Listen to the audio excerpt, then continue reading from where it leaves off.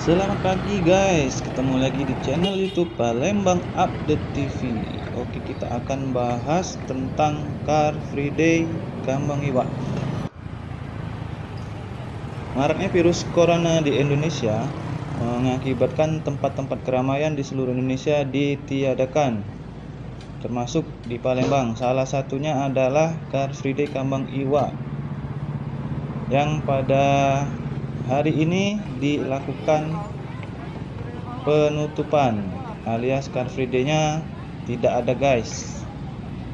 Tapi bisa kalian lihat di video ini terlihat masih banyak warga yang melakukan aktivitas. Salah satunya adalah jogging dan berjualan di area Kambang Iwak.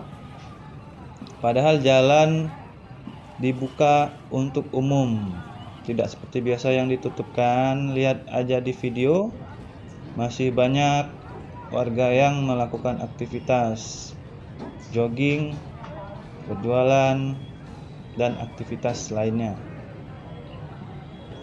Namun tidak seramai seperti hari-hari Car Free Day sebelumnya.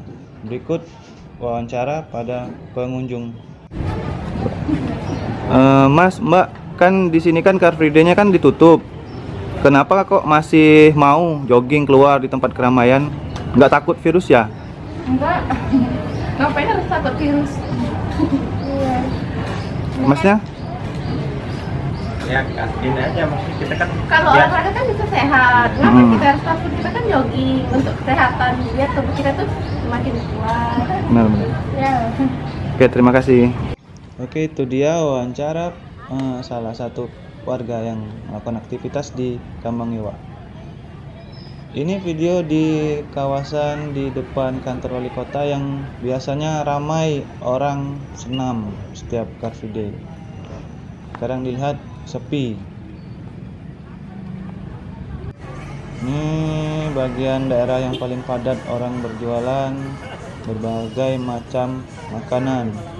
Nampak hari ini tetap ada yang berjualan namun tidak seramai seperti biasanya. Oke guys, inilah suasana di Car Free Day Kambang Iwak pasca ditutup. Bisa dilihat masih banyak warga yang melakukan aktivitas di daerah ini. Banyak yang jogging, banyak yang jualan.